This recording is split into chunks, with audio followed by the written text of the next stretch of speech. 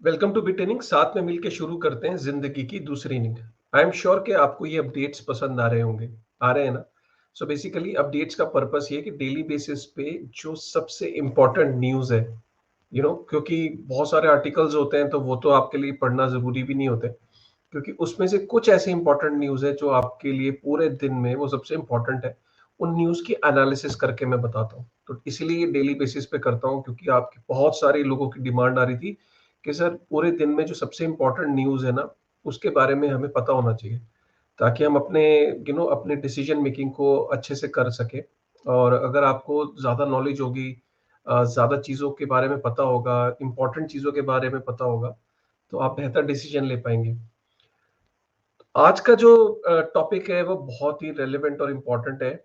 आपने थंबनेल पढ़ा होगा, उसमें देखा होगा कि मेटामास्क और जो ओपन सी है वो यूजर्स को जो है वो बैन कर रहा है, उनको अलाउ नहीं कर रहा। काफी सारे यूजर्स को वो एक्सेस नहीं दे रहे या अलाउ नहीं कर रहे कि वो उनकी एप्लीकेशंस को यूज कर सके। अब आप ये कहोगे कि सर मेटामास्क और ओपन सी तो डिसेंट्रलाइज्ड, मेटामास्क एक नॉन कस्टोडियल वॉलेट है, डिसेंट्रलाइज्ड है, वो क्यों नहीं एक्सेस करने दे रहा? और जो हमारा ओपन सी है सर, वो भी आप बोलते थे कि डिसेंट्रलाइज है, तो वो क्यों नहीं एक्सेस करने दे रहा? तो ये बड़ा कंसर्निंग है। सो उसी पे चर्चा करेंगे कि क्या बेसिकली हम जो ये सोचते हैं कि डिसेंट्रलाइजेशन की हम बात करते हैं, लेकिन फिर भी कुछ चीजें हैं जो सेंट्रलाइज करती हैं इन चीजों को। आप यूजर्स को रोक सकते हो, आप यूजर्स की एंट्री बैन कर सकते हो। तो ये कितना डरावना है, टू बी वेरी ऑनेस्ट। मतलब मेरे से पूछो तो ये इंसिडेंट बैक टू बैक दो हुए, प्लस पीछे जुलाई के 2021 में यूनिस्वैप का हुआ था। ये दो तीन इवेंट्स ऐसे हुए हैं कि जिससे थोड़ा सा ना घबराहट होने लगी कि जो हम ये बात कर रहे हैं वेब 3 की डिसेंट्रलाइजेशन की, क्या ये पूरी तरह से डिसेंट्रलाइज हैं चीजें? तो ये इंपॉर्टेंट है। आपको एंड में आप अपने आप थोड़ा सा एनालिसिस कर लोगे कि अच्छा, ये इश्यूज हैं, ये प्रॉब्लम्स हैं, और डिसेंट्रलाइजेशन है, लेकिन ठीक है अभी ये इश्यूज हैं। तो यही वीडियो का पर्पस है। मजा आने वाला है, एंड तक देखिएगा। मैं स्क्रीन को शेयर कर रहा हूँ, और स्क्रीन को शेयर करके फिर डिटेल में डिस्कशन करते हैं, ठीक है? सो सबसे पहले तो मेरे ट्वीट पे चलते हैं। मैं शुरुआत अपने ट्विटर हैंडल से इसलिए करता हूँ, क्योंकि जो मैं सोचता हूँ, मैं यूट्यूब पे तो बाद में आता हूँ, लेकिन पहले मैं उसको ना ट्विटर पे ज्यादा एक्सप्रेसिव हूँ। तो अगर आप मुझे फॉलो नहीं करते तो मुझे प्लीज ट्विटर पे फॉलो करिए। ये मेरा यहाँ पे मेरा ट्विटर हैंडल है। सो मैंने ये ट्वीट किया, मैंने इसमें लिखा है कि भाई, if OpenSea can say no to the users from Iran, if Uniswap can limit access to certain tokens, if MetaMask can say no, users from Venezuela are not allowed, तो काहे की डिसेंट्रलाइजेशन यार? Then where is decentralization when we are saying that when we can access, when we can restrict access to certain people, कि certain people are not allowed to access our platform, तो फिर वो decentralisation कैसे हुआ? Decentralisation का जो basic ethos है वो यही है कि कोई भी कहीं से भी, किसी भी रीजन से, किसी भी कंट्री से इन एप्लीकेशंस को एक्सेस कर सकता है, क्योंकि ये एप्लीकेशंस ओपन ब्लॉकचेन पे बन रही है ना। तो फिर ये इनके अंदर रिस्ट्रिक्शन किस बात की? मतलब कैसे आप इनको रिस्ट्रिक्ट कर सकते हो? ये कैसे पॉसिबल हो रहा है? ठीक है ना? तो ये बहुत इंपॉर्टेंट है इस बात को समझना। तो एक एक करके ये जो तीनों न्यूज है इसको थोड़ा सा ब्रेक करते हैं कि प्रॉब्लम कहां पे है। यू नो प्रॉब्लम कहां पे है, कहां पे डिसेंट्रलाइजेशन है और कहां पे सेंट्रलाइजेशन है, उस चीज को थोड़ा सा समझने की कोशिश करते हैं, राइट? सो सबसे पहले हम बात करते हैं यूनिस्वैप। हम सबसे पहले इथेरियम से बात करते हैं, हम बात करते हैं मेटामास्क, ठीक है? सो बेसिकली हुआ क्या कि जैसे मेटामास्क वॉलेट है, ठीक है? अब मेटामास्क वॉलेट एक्चुअली में एक नॉन कस्टोडियल वॉलेट है, ठीक है? मैं नॉन कस्टोडियल वॉलेट का मतलब ये होता है कि उसकी जो प्राइवेट कीज है वो आपके कंट्रोल में है, आपके कंट्रोल में। और कस्टोडियल वॉलेट ये होता है कि जिसकी प्राइवेट कीज जो होती है वो एक जिसके जो जैसे एक्सचेंज है उसका वो कस्टोडियल वॉलेट है, तो वो किसी आपका वॉलेट किसी की कस्टडी में है। मतलब आपकी प्राइवेट कीज जो है वो किसी के कंट्रोल में है। मतलब ये समझ लीजिए कि लॉकर की चाबी पड़ोसी के पास है, और नॉन कस्टोडियल वॉलेट में आपके लॉकर की चाबी आप ही के पास है। ये डिफरेंस है, ठीक है? तो बेसिकली क्या है कि मेटामास्क एक नॉन कस्टोडियल वॉलेट है, और मेटामास्क के थ्रू आप जो ये ओपन ब्लॉकचेन्स हैं, ये जो इंफ्रास्ट्रक्चर बन रही है, जो इथेरियम है, पॉलीगॉन है, जो बाइनेंस चेन है, ये अलग अलग जो ओपन ब्लॉकचेन्स बन रही हैं, ये जो इंफ्रास्ट्रक्चर बन रहा है, इनके ऊपर जो एप्लीकेशंस बन रही हैं, इनको एक्सेस करने के लिए मेटामास्क वॉलेट एक पॉपुलर वॉलेट है। अकेला वॉलेट नहीं है, बट एक पॉपुलर वॉलेट है, मतलब सबसे ज्यादा जो यूज होने वाला वॉलेट है। पूरी दुनिया में लोग उसे एक्सेस करते हैं। अब हुआ ये कि जो इथेरियम को एक्सेस करने के लिए जब कई यूजर्स ने वेनेजुएला से शिकायत आने लगी कि मेटामास्क वॉलेट से जो है वो इथेरियम के जो एप्लीकेशंस हैं वो इथेरियम ब्लॉकचेन को एक्सेस नहीं कर पा रहे, राइट? सो और वो मेटामास्क वॉलेट को भी एक्सेस नहीं कर पा रहे, तो ये जो मेटामास्क वॉलेट से जो इथेरियम की एप्लीकेशंस को जब वो एक्सेस नहीं कर पा रहे थे, तो ये बड़ा कंसर्निंग था। स्क्रीनशॉट्स आने लगे, स्प्रेड होने लगी, तो पता ये लगा कि मेटामास्क वॉलेट जो है वो बेसिकली है तो नॉन कस्टोडियल वॉलेट, आप उसके कंट्रोल में हो, आपके फंड्स कहीं नहीं गए। लेकिन जब वो ओपन ब्लॉकचेन्स को एक्सेस करने के लिए उनको कुछ इंफ्रास्ट्रक्चर टूल्स की जरूरत पड़ती है, कुछ इंफ्रास्ट्रक्चर की जरूरत पड़ती है, राइट? इसको ये समझिए कि कुछ ऐसे टूल्स की जरूरत पड़ती है, और वो टूल्स को एक्सेस करने की, वो टूल्स की जरूरत इसलिए पड़ती है कि आपको अगर ब्लॉकचेन्स को एक्सेस करना है तो उन टूल्स का उसमें रोल है। लाइक बहुत ही लेमैन लैंग्वेज में आपको समझा रहा हूं। अब वॉलेट तो डिसेंट्रलाइज है, वॉलेट तो नॉन कस्टोडियल है, लेकिन उसको कुछ टूल्स की जरूरत पड़ती है अगर उसको ओपन ब्लॉकचेन को एक्सेस करना है। अब वो जो टूल्स जिसको एक्सेस, जो टूल्स है बेसिकली, वो जो टूल्स बनाने वाली जो इंफ्रास्ट्रक्चर टूल प्रोवाइड करती है मेटामास्क को, वो सेंट्रलाइज है। और वो कहां पे बेस्ड है? वो अमेरिका में बेस्ड है, राइट? तो जब अमेरिका के अंदर अगर कोई सैंक्शन की लिस्ट की ये कंट्रीज हैं साहब, आप इनको सर्विस प्रोवाइड नहीं कर सकते, तो जितनी भी कंपनीज अमेरिका के अंदर बेस्ड हैं उन कंपनीज को वो जो लिस्ट है उसको फॉलो करना पड़ता है।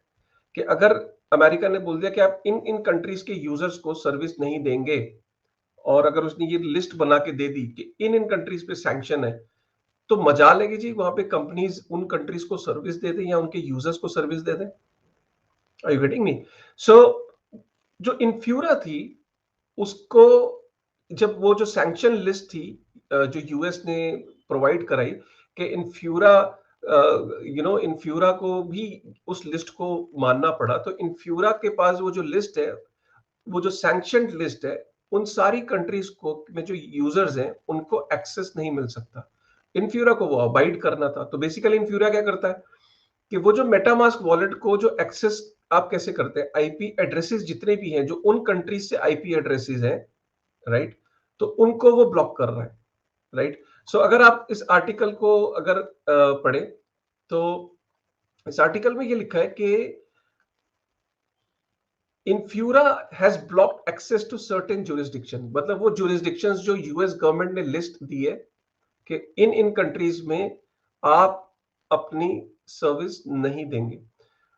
अब वो जो लिस्ट थी उसमें बाई चांस गलती से वेनेजुएला को भी उन्होंने एंटर कर लिया, जबकि वेनेजुएला लिस्ट में नहीं था। और जैसे ही वेनेजुएला को लिस्ट में एंटर किया, वेनेजुएला से जो यूजर्स थे जो मेटामास्क को एक्सेस करना चाह रहे थे, एप्लीकेशंस को एक्सेस करना चाह रहे थे, अचानक वो एक्सेस नहीं कर पा रहे थे। सो वो एक पैनिक क्रिएट हो गया। अब इससे हुआ क्या कि इससे ये पता लगा कि आज भी जो मेटामास्क के जो इंफ्रास्ट्रक्चर टूल्स है वो सेंट्रलाइज्ड है। तो मतलब आज भी डिसेंट्रलाइजेशन और सेंट्रलाइजेशन का कॉम्बिनेशन चल रहा है। मतलब कि अगर पूरी तरीके से हम बोले कि सब कुछ डिसेंट्रलाइज है, तो नहीं, पूरी तरीके से डिसेंट्रलाइज नहीं है। आज भी जो हमारे को कुछ टूल्स जो यूज करने पड़े वो आज भी सेंट्रलाइज्ड है, ठीक है?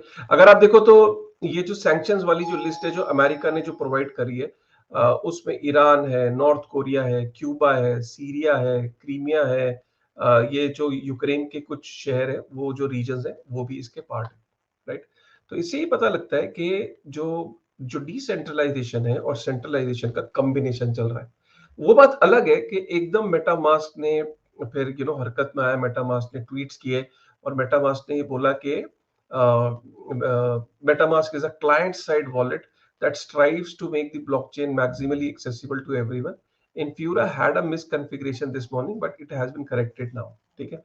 और MetaMask ने ये भी बोला कि कि आपके पास मेटामास्क के अंदर वॉलेट के अंदर एक फीचर होता है कि आप वहां पे जो इन्फ्यूरा की जगह, राइट, आप यहाँ पे ये भी लिखा है MetaMask relies on Infura as the default end point. तो जो डिफॉल्ट एंड पॉइंट है, जो डिफॉल्ट इंफ्रास्ट्रक्चर टूल्स जो मेटामास्क यूज करता है वो इन्फ्यूरा करता है, but this setting can be modified by users if desired, right. So basically क्या है कि अगर किसी को नहीं पता है कि सेटिंग्स कैसे चेंज करते हैं, और तो उसको लगेगा कि वो तो ब्लॉक हो गया, राइट, अब वो एक्सेस नहीं कर सकता. तो मेटामास्क ने ये बताने की कोशिश करी है लास्ट में कि इन्फ्यूरा जो है वो बाय डिफॉल्ट इन्फ्यूरा यूज होता है, बट आप इन्फ्यूरा की जगह आप सेटिंग में जाके कुछ और भी चूज कर सकते हो, कोई और इंफ्रास्ट्रक्चर भी आप चूज कर सकते हो जिसका उन्होंने वहां पे गाइड दी. लेकिन एक चीज तो साबित हो गई कि कहीं ना कहीं जो एंड यूजर है उसको उसको क्या पता सेटिंग कैसे चेंज करते हैं, क्या हुआ, वो तो पैनिक में आ गया ना. तो इसका मतलब क्या है कि हाँ, नॉन कस्टोडियल वॉलेट है मेटामास्क, डिसेंट्रलाइज है मेटामास्क, उसकी प्राइवेट कीज आप ही के कंट्रोल में, मेटामास्क वॉलेट सेफ है. लेकिन आज भी जो टूल्स यूज हो रहे हैं वो काफी हद तक सेंट्रलाइज है. तो ये है जो पूरा एपिसोड है, मैंने इसको आपको बहुत ब्रीफ में ये समझाया कि हम अभी भी डिसेंट्रलाइजेशन की जो ट्रेन है उसे सेंट्रलाइजेशन के ट्रैक पे चलाने की कोशिश कर रहे हैं. Are you getting me? So this is very important. अब हम बात करते हैं open sea. Same situation. Open sea जो है वो ईरान के जो एनएफटी क्रिएटर्स हैं, जो आर्टिस्ट है, एनएफटी के यूजर्स हैं, उनको वो बैन कर रहा है, एक्सेस नहीं करने दे रहा है. इनफैक्ट उनके अकाउंट्स तक उसने हटा दिए. अब यूएस की जो सैंक्शन लिस्ट है उसमें ईरान भी है, राइट. तो ओपन सी को, क्योंकि ओपन सी का जो यूएस बेस्ड है, तो ओपन सी को एक इन्होंने जो ईरान बेस्ड जो protocol, OpenSea users with Iran based internet protocol addresses are claiming that their accounts were terminated on Thursday, right.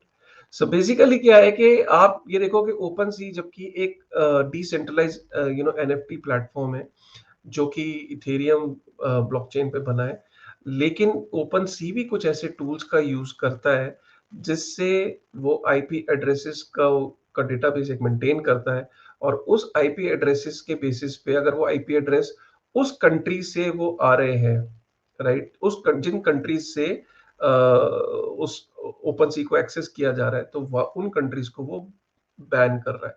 तो बैन कर रहा है इन द सेंस कि उनको एक्सेस अलाउ नहीं कर रहा. तो जो यूएस ने बोला ओपन सी वो कर रहा है, राइट. तो इसका मतलब क्या है? इसका मतलब ये है कि आप अभी भी अगर ये सोच रहे कि सारी चीजें पूरी डिसेंट्रलाइज है, तो नहीं, पूरी तरह से डिसेंट्रलाइज नहीं है. अब आपकी तरफ से ये क्वेश्चन भी आ रहे होंगे दिमाग में कि सर फिर हम ये क्यों कह रहे हैं बार बार कि डिसेंट्रलाइजेशन डिसेंट्रलाइजेशन. मैं उसको एंड में समराइज करूंगा, and then I will try to explain you that how things will progress in the future, right. So that is how I am going to tell you, maybe by the end of the video, that क्या future लगता है कि कैसे होगा. यही हमने पीछे जुलाई में भी देखा था 2021 में, जब यूनिस्वैप ने बोला था कि कुछ ऐसे टोकन्स जो सिक्योरिटीज है, या कुछ ऐसे टोकन्स जो यूएस गवर्नमेंट की नजर में आउटराइटेड सिक्योरिटीज थी, तो यूनिस्वैप ने इमीडिएटली हरकत में आया और इमीडिएटली उसने एक्सेस जो था उसको बैन कर दिया था कि आप जो यूनिस्वैप पे जो वो टोकन्स थे उनको आप एक्सेस नहीं कर सकते थे. अब बेसिकली इसमें भी यही हुआ कि यूनिस्वैप जो है वो तो एक स्मार्ट कॉन्ट्रैक्ट है, राइट. वो एक डिसेंट्रलाइज एक्सचेंज है, वो उसके उस एक्सचेंज के एक स्मार्ट कॉन्ट्रैक्ट पे रूल्स डिफाइंड है. लेकिन उस स्मार्ट कॉन्ट्रैक्ट को एक्सेस करने के लिए आपको एक गेटवे चाहिए ना. तो यूनिस्वैप का जब वो जो फीचर आता है जहां पे आप एक्सचेंज करते हो दो एसेट्स को, तो उन फीचर्स को एक्सेस करने के का जो वो फीचर है, वो उसकी जो कंपनी है वो अलग कंपनी है, और वो कंपनी यूएस बेस्ड है. तो अगर यूएस ने बोला कि इन टोकन्स में अगर आपको आप इन टोकन्स को डीलिस्ट कर दो, तो यूनिस्वैप के इंटरफेस क्योंकि सेंट्रलाइज है, तो यूनिस्वैप के इंटरफेस को ही करना पड़ा, उसे वो टोकन्स हटाने पड़े. तो यूनिस्वैप डिसेंट्रलाइज है, यूनिस्वैप में टोकन आपके सेफ है, यूनिस्वैप से टोकन कोई नहीं आपके ले सकता, यूनिस्वैप से टोकन कोई नहीं छीन सकता, लेकिन वो जो इंटरफेस है वो सेंट्रलाइज्ड है।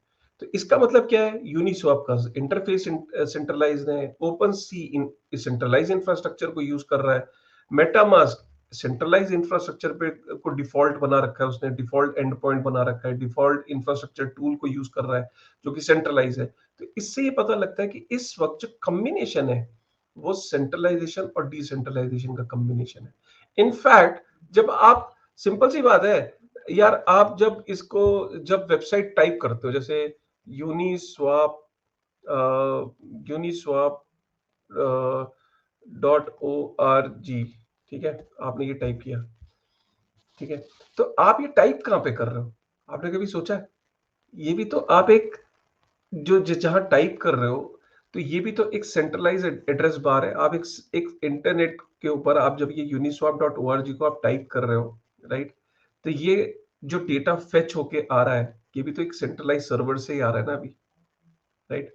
सो are you try to get my point? Right now not everything is decentralize. वो फील ये आ रहा है आपको, नरेटिव इस तरीके से आपको अभी ये सेल हो रहा है कि सब कुछ डिसेंट्रलाइज हो गया। Not everything is getting decentralize for this moment, but what is the future, उसको हम एक समराइज करने की कोशिश करते हैं। देखिए देखिए, जिस तरीके से जो ये स्पेस इवॉल्व हो रही है, राइट, बहुत तेजी से इवॉल्व हो रही है, ठीक है, और हम ये भी मानते हैं कि जो डिसेंट्रलाइजेशन है फ्यूचर है, लेकिन डिसेंट्रलाइजेशन में कुछ चीजें तेजी से इवॉल्व हो रही है, कुछ चीजें स्लोली इवॉल्व हो रही है। जैसे कि मैं आपको कुछ उदाहरण के रूप में देता हूं, जैसे कि हमने देखा कि स्टोरेज, डिसेंट्रलाइज स्टोरेज मैकेनिज्म अभी भी इवॉल्व हो रहा है, पूरी तरीके से इवॉल्व नहीं हुआ है। अब डिसेंट्रलाइज स्टोरेज में आपके आरवीव है, आईपीएफएस है, राइट, तो ये दोनों है जहां पे आप डिसेंट्रलाइज स्टोरेज का काम ये कर रहे हैं, लेकिन अभी भी पूरी तरीके से इवॉल्व नहीं है ये स्पेस, अभी भी कुछ चैलेंजेस है। जैसे कि डिसेंट्रलाइज डेटाबेस मैनेजमेंट, जो सॉफ्टवेयर के जो कोड लिखे जाते हैं, ठीक है, वो अभी भी जिस डेटाबेस को यूज किया जाता है वो मोंगोडीबी को किया जाता है। मोंगोडीबी के ऊपर फेसबुक भी, गूगल भी और जितने भी जो डेवलपर्स हैं वो अपने जो स्मार्ट कॉन्ट्रैक्ट्स हैं या कोड्स हैं वहां पे स्टोर करते हैं, और वो पूरा सेंट्रलाइज है, राइट। अभी भी डिसेंट्रलाइज डेटाबेस मैनेजमेंट जो है उसमें अभी भी बहुत सारे प्रोजेक्ट्स का आना और सोल्यूशन अभी भी बाकी है। अभी तक लोग डिसेंट्रलाइज प्रोटोकॉल्स को भी मोंगोडीबी पे ही स्टोर करते हैं, उसके जो कोड्स हैं वो मोंगोडीबी पे ही लिखते हैं, वहीं स्टोर करते हैं। तो अभी भी जो डिसेंट्रलाइज डेटाबेस मैनेजमेंट में कोई प्रोजेक्ट नहीं आया है, तो ये इशू है। अभी भी डिसेंट्रलाइज सर्वर्स नहीं आए। जब कोई वेबसाइट फेच होके आती है, आपने uniswap.org डाला, अभी वहां जो फेच होके आई वो सेंट्रलाइज सर्वर से फेच होके आई। अब अगर सेंट्रलाइज सर्वर पे वो वेबसाइट को बंद कर दिया जाए, हटा दिया जाए, ब्लॉक कर दिया जाए, तो क्या आप एक्सेस कर पाओगे? नहीं कर पाओगे। तो अभी भी डिसेंट्रलाइज सर्वर्स नहीं है, राइट। अभी भी जो वेबसाइट्स है, राइट, जो डोमेन नेम्स हैं, आप GoDaddy से ले रहे हो, आप uniswap.org, HTTPS, GoDaddy और इन जगहों से अगर आप सेंट्रलाइज डोमेन नेम सर्विसेज से अगर आप ये डेटा को एक्सेस कर रहे हो, तो अभी भी आपने जो डोमेन नेम्स जो है और वो आपके अभी डिसेंट्रलाइज नहीं है। आप जो इंफ्रास्ट्रक्चर टूल यूज कर रहे हो वो सारे के सारे आप आप जो यूज कर रहे हो वो सारे के सारे सेंट्रलाइज है। जैसे कि हमने इन्फ्यूरा को देखा, ओपन सी भी काफी सारे इंफ्रास्ट्रक्चर टूल जो है वो अभी भी सेंट्रलाइज्ड है, और इन्फ्यूरा तो इतना सेंट्रलाइज है कि उसके अंदर जेपी मॉर्गन जैसी कंपनी इन्वेस्टेड है। तो ये बहुत इंपॉर्टेंट है ये समझना। अब आप कहोगे कि सर डिसेंट्रलाइजेशन तो मिथ है, मिथ नहीं है। देखो, मैंने कहा ना, डिसेंट्रलाइजेशन की तरफ ट्रेन चल चुकी है, स्पीड स्लो है, रास्ते में हर्डल्स है, चैलेंजेस है, रूट ब्लॉक्स है, कई जगह पे रेड लाइट है, कई जगह बैरियर्स है, प्रॉब्लम्स है, ट्रैक भी टूटा हुआ मिलेगा, ट्रेन गिर भी सकती है, गिरेगी भी, लेकिन डायरेक्शन सही है, मंजिल सही है, स्टेशन सही है, फ्यूचर सही है। क्या पहले ही दिन जब हवाई जहाज बना था तो क्या सुपरसोनिक जेट्स बन गए थे? यू नो क्या आज के बोइंग और एयरबस बन गए थे? नहीं ना, प्रॉब्लम्स थी। तो इसी तरीके से ये इंफ्रास्ट्रक्चर राइट डायरेक्शन में जा रहा है। कंप्लीटली डिसेंट्रलाइज है नहीं। आपको क्या करना चाहिए? सतर्क रहना चाहिए, उन नरेटिव से बचना चाहिए। डिसेंट्रलाइजेशन के नरेटिव ठीक है, लेकिन 100% है नहीं है, ये आपको ध्यान पे देना है। ये चीज अगर आपने समझ ली तो आप अपनी डिसीजन मेकिंग और अपने जो फंड्स हैं और जो चीजें हैं उनको सही तरीके से आप रख पाओगे, इन प्लेटफॉर्म के साथ सही तरीके से डील कर पाओगे। ये बड़ा इंपॉर्टेंट है। इसीलिए जब जैसे कभी कभार बिटकॉइन की डिसेंट्रलाइजेशन की बात होती है, उसका ट्रैक है, अभी तक वो सेंसरशिप रेजिस्टेंट है, राइट? तो इसीलिए बोला जाता है कि जो बिटकॉइन है वो कंप्लीटली डिसेंट्रलाइज है, बिकॉज ऐसा नहीं कि उसके पीछे उसको रोकने की कोशिश नहीं की या उसको सेंट्रलाइज करने की कोशिश नहीं करी। जब जब कोशिश की गई वो फेल हो गई, राइट? सो ये बड़ा इंपॉर्टेंट है। आई होप आपको ये अपडेट पसंद आया होगा। मुझे बहुत पसंद आया और मुझे ये एनालिसिस बड़ी पसंद आई। और मुझे पता ये लगेगा आपको पसंद आया जब आप कमेंट करोगे, लाइक करोगे, मुझे तो वहीं से पता लगेगा ना, वरना मुझे कैसे पता लगेगा कि आपको पसंद आया? प्लीज यार मुझे इनकरेज करो। मेरी मोटिवेशन आपकी प्रशंसा है, किसी भी कंटेंट क्रिएटर की, मेरी नहीं। जो लोग भी यूट्यूबिंग करते हैं, कंटेंट बना रहे हैं, उनकी मोटिवेशन आपकी प्रशंसा है। आप प्रशंसा बंद कर दोगे, हमारा मोटिवेशन डाउन हो जाएगा, कंटेंट आना बंद हो जाएगा। इसीलिए कमेंट करिए, लाइक करिए, शेयर करिए, प्लीज आपसे रिक्वेस्ट है। और कहीं पे मेरा ही नहीं, कहीं और भी आपको जेन्युइन कंटेंट मिला करे, लाइक करा करें। With this thought, thank you very much.